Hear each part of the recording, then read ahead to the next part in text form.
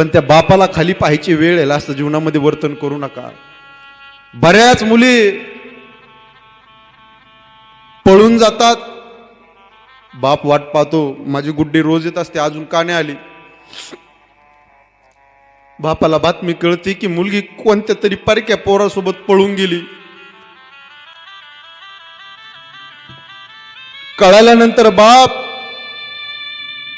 बेचैन होतो. त्या बापाला वाटतं आता ही जिंदगी माझी काही कामाची नाही, मी मरून जातो. आत्महत्या करण्याकरता बाप सुसाईड करण्याकरता पळतो. म्हणून मुलींनो, त्या बापाला आपल्यासाठी मरावं लागेल, आत्महत्या करावी लागेल असं कधी जीवनामध्ये पाऊल टाकू नका.